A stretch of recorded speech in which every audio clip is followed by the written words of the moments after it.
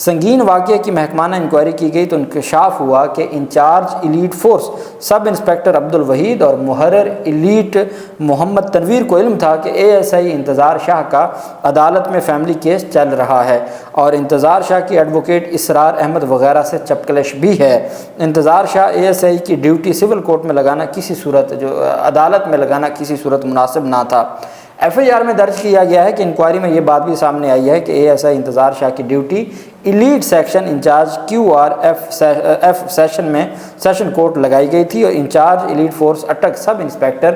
عبدالوحید اور محرر ASI محمد تنویر کی ذمہ داری تھی کہ وہ ASI انتظار شاہ کی ڈیوٹی وہاں نہ لگاتے۔ دونوں پابند تھے کہ حساس مقام پر متعین ڈیوٹی کی SOPs کے مطابق خود نگرانی کر کے فورس کو بریف کرتے، لیکن انچارج ایلیٹ فورس اٹک اور محرر ایلیٹ نے ڈیوٹی چیک نہ کر کے سنگین غفلت اور لاپرواہی کا مظاہرہ کیا۔ FIR میں انکوائری کی بنیاد پر مزید تحریر کیا گیا ہے کہ ڈیوٹی پر متعین انچارج افسران کو پسٹل اور کانسٹیبل اہلکاروں کو رائفل الاٹ کی جاتی ہے۔ انکوائری میں یہ بھی پتہ چلا کہ ASI نے پسٹل کے علاوہ اپنی مرضی کا اسلحہ SMG رائفل دونوں جاری کروایا جس کا وہ مجاز نہ تھا۔ انچارج ایلیٹ اٹک اور محرر ایلیٹ کی ذمہ داری تھی کہ وہ جاری اسلحے کو بھی SOP کے مطابق چیک کرتے، لیکن ایسا نہ کیا گیا، نہ ہی افسران کو آگاہ کیا گیا۔ انچارج ایلیٹ اٹک اور محرر ایلیٹ کی ڈیوٹی پر جانے والی فورس کو چیک کرنے اور بریف نہ کر کے سنگین مجرمانہ غفلت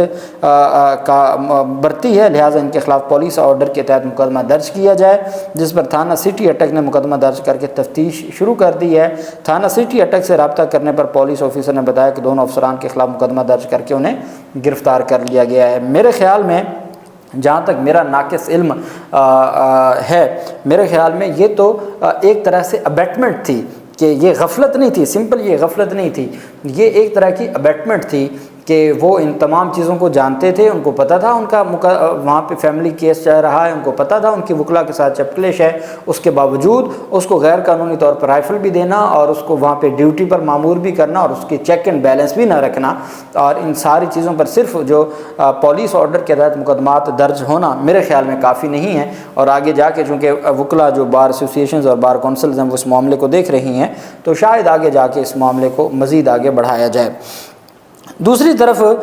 جو اہم پیش رفت سامنے آئی ہے، اب کل لاہور ہائی کورٹ کا 5 رکنی بینچ ہے جسٹس شمس محمود مرزا صاحب کی سربراہی میں، یہ 5 رکنی بینچ کل سماعت کرے گا کہ عمران خان کی کوئی ایک درخواست نہیں ہے۔ بیسیکلی میں نے میڈیا کے اوپر دیکھا ہے کہ جی چونکہ توشہ خانہ نااہلی سے متعلق ہوا یہ تھا کہ توشہ خانہ جو نااہلی تھی جس میں عمران خان کی میاں والی کی سیٹ سے ان کو نااہل قرار دے دیا تھا اور اس کے بعد وہ بقیہ ضمنی انتخابات میں الیکشن لے کے دوبارہ وہ ممبر اسمبلی بن گئے تھے، وہ صرف اس سیٹ کی حد تک تھا اور جسٹس اطہر من اللہ صاحب نے ان کو دوبارہ الیکشن لڑنے کی اجازت دی تھی، تو وہ کیس وہاں پہ تھا کہ اسی اثناء میں ان کو توشہ خانہ نااہلی کی بنیاد پر جو پارٹی چیئرمین شپ سے ہٹانے کا حکم دے دیا،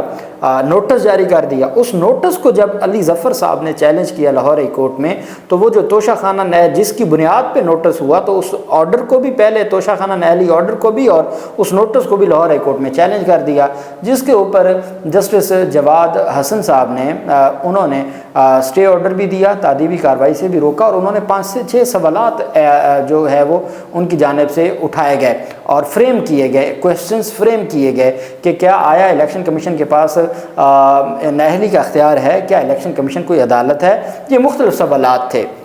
معاملہ 5 رکنی بینچ کے پاس چلا گیا۔ جسٹس شاہد بلال حسن صاحب جو اب سپریم کورٹ کے جج بنے ہیں، وہ اس بینچ کے ہیڈ تھے، ان کو الیکشن کمیشن نے بتایا جی کہ ان کی توشہ خانہ نااہلی کا فیصلہ آپ سے پہلے لاہور ہائی کورٹ سے پہلے یہ اسلام آباد ہائی کورٹ میں چیلنج کر چکے ہیں اور وہاں پہ پینڈنگ ہے۔ علی ظفر صاحب نے کہا جی ہم وہاں سے واپس لے لیتے ہیں۔ انہوں نے درخواست دائر کی، 1 سال تقریباً لگا لاہور اسلام آباد ہائی کورٹ کے چیف جسٹس عامر فاروق صاحب کی عدالت میں، اور وہ جو درخواست تھی وہ واپس نہ لی جا سکی، اور جو درخواست واپسی کی کیس واپسی کی درخواست تھی وہ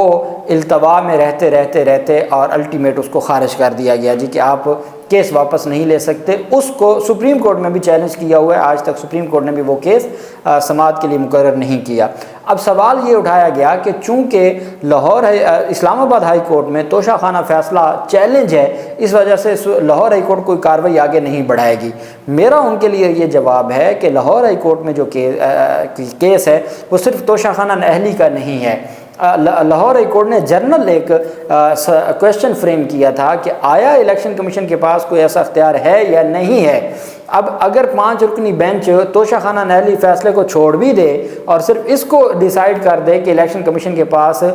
کسی کو نااہل قرار دینے کا کوئی اختیار نہیں ہے، تو بھلے عامر فاروق صاحب کے پاس وہ کیس پینڈنگ رہے، تو جب 5 رکنی بینچ کہہ دے گا کہ الیکشن کمیشن کے پاس اختیار نہیں ہے تو وہ نااہلی ویسے ختم ہو جائے گی، اور جو چیف جسٹس عامر فاروق صاحب کے پاس کیس ہے وہ میرے ناقص علم کے مطابق غیر مؤثر ہو جائے گا۔ تو بجائے یہ کہ عامر فاروق صاحب کے پاس کیس کے پینڈنگ ہونے کی وجہ سے لاہور ہائی کورٹ کارروائی نہیں کر سکتی، بھائی وہ سنگل بینچ ہے، یہ 5 رکنی بینچ ہے، تو یہ کارروائی آگے بڑھا سکتے ہیں۔ اور اس میں پھر صرف توشہ خانہ کا کیس نہیں ہے، اس میں پارٹی چیئرمین شپ سے ہٹانا، اس میں انٹرا پارٹی انتخابات ہیں، اس میں عمران خان کی اور درخواستیں ہیں، اس میں بلے کے نشان سے متعلق سیکشن 215، سیکشن 208، سیکشن 209 کو چیلنج کیا ہوا ہے۔ تو یہ ملٹی ٹائپس کی اپلیکیشنز ہیں جو الیکشن کمیشن کے اختیارات سے متعلق ہیں، جس کے اوپر کل 5 رکنی بینچ سماعت کرنے جا رہا ہے، اور 5 رکنی بینچ اس کو کسی کنارے لگائے گا، اس کو چھوڑے گا نہیں۔ وہیں پہ پاکستان الیکشن کمیشن کی جانب سے پاکستان تحریک انصاف کہہ رہی ہے کہ الیکشن کمیشن کی تاریخی دھاندلی پر الجزیرہ جو بین الاقوامی ایک ٹی وی چینل ہے اور میڈیا ادارہ ہے، الجزیرہ کی رپورٹ سامنے آئی ہے جس میں الجزیرہ کہہ رہا ہے، پاکستان تحریک انصاف یہ دعویٰ کہہ رہی ہے، اور وہ ویڈیو الجزیرہ کی شیئر کر رہی ہے، جس کے مطابق الجزیرہ کی رپورٹ جس میں نواز شریف کے حلقے میں ٹوٹل ووٹرز سے زیادہ ووٹ حاصل کرنے پر الجزیرہ ٹی وی کہتا ہے کہ جب ہم نے الیکشن کمیشن اور مسلم لیگ نون سے رابطہ کیا تو ہمیں کسی نے جواب تک نہیں دیا، اور یہ جو رد و بدل ہوئی ہے یہ واضح ہے۔ جو الیکشن کمیشن کی ویب سائٹ پر اپلوڈ کیے گئے فارم ان میں ٹیمپرنگ تھی اور رد و بدل تھا، اس کے بعد تبدیل کر دیے گئے، اس کے بعد فارم ڈیلیٹ کر دیے گئے، یہ الجزیرہ کہہ رہا ہے۔ اور پاکستان تحریک انصاف کہتی ہے کہ دھاندلی پکڑے جانے پر الیکشن کمیشن نے فارم غائب کر دیا اور پھر نیا ایک جعلی فارم اپلوڈ کیا۔ اس طرح الیکشن کمیشن نے بدترین دھاندلی سے نواز شریف کو تاریخی ہار کو جیت میں بدلا، اور الجزیرہ کہہ رہا ہے کہ وہاں پہ ٹیمپرنگ ہوئی ہے۔ جب ہم نے سوال الیکشن کمیشن سے پوچھا ہے اور نون لیگ سے پوچھا ہے تو وہ کوئی جواب دینے کو تیار نہیں ہے، یہ ان کی جانب سے، یہ دنیا کہہ رہی ہے یہ ہمارا انتخاب تھا، اور اس طریقے سے جو حکومتیں بنی ہیں، اللہ پاک پاکستان کا حامی و ناصر ہو۔ بہت شکریہ، اللہ حافظ، پاکستان زندہ باد۔